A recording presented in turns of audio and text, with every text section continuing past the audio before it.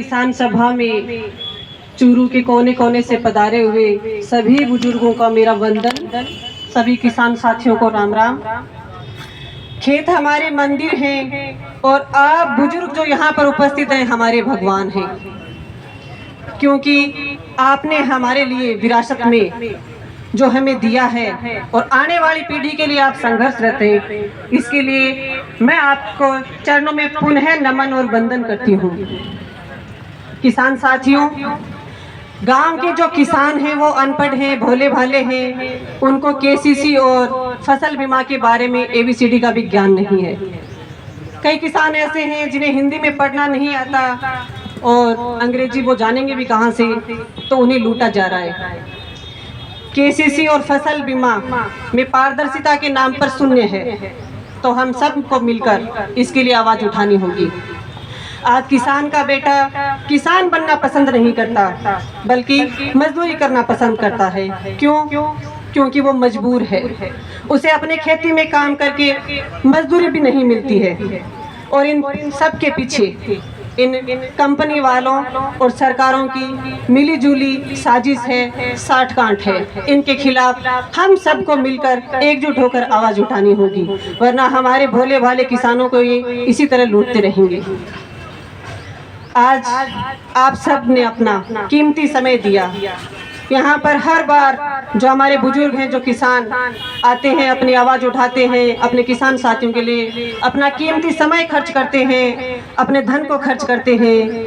उनको बारंबार मैं सलाम करती हूँ। उनके जो हौसले बुलंद हैं, उनके लिए मैं क्या कहूँ, मेरे पास शब्द नहीं है। आज इस सभा में भी मैं युवाओं से ज़्यादा अपने बुजुर्गों को देख रही हूँ। ये हमारे लिए प्रेरणा स्रोत है, हमें इनसे सीख लेनी चाहिए और इनकी एक आवाज़ पे हम युवाओं को भी इनका साथ देना चाहिए। हर जगह जहाँ भी ये हमें कहे, हमें तैयार रहना चाहिए। आज ये सरकार हमारे सामने जब चुनाव आते हैं तो ऐसे नुमाइंदों को पेश करते हैं जिन्हें किसानी के बारे में कै का भी पता नहीं है। तो हमें सोचना होगा, समझना होगा कि हम किसान के बेटे को ही चुने, अपना मत कहे वो उन्हें दे जो किसानी की बात करे, किसान की बात करे। और हमारे सामने उदाहरण है अमरा राम जी, जिन्होंने लोकसभा में जाकर हमारी बुलंद आवाज़ उठाई है, किसानों की बात की है। और हमारे लाडले राहुल जी जो लगातार किसानों की आवाज़ उठा रहे हैं। तो हमें ऐसे लोगों को चुनना है जो यहाँ धरातल से उठकर वहाँ तक जाकर हमारी आवाज़ को उठाते हैं, हमारे हक की लड़ाई लड़ते हैं। ऐसे लोग नहीं जिनको पता नहीं कि हल कैसे चलाया जाता है, किसान कितनी मेहनत करता है उस गर्मी में, उस बरसात में, सर्दी में, कभी रबी की फसल, कभी खरीफ की फसल, उसके लिए दिन रात सर्दी गर्मी में वो तपते और ठंड में मरते रहते हैं। उनके बारे में कोई नहीं सोचता, सिर्फ वो अपना घर भरने में लगे रहते हैं। ऐसे लोग हमें नहीं चाहिए। हमें जमीन से जुड़े हुए, धरातल से जुड़े हुए और हमारी आवाज़ उठाने वाले लोग चाहिए। और हमें अपने किसानों की आवाज़ बनकर आगे तक पहुंचाना है, दिल्ली तक। आप सभी लोगों ने मुझे बोलने का मौका दिया, मुझे सुना, इसके लिए आपका बहुत बहुत धन्यवाद।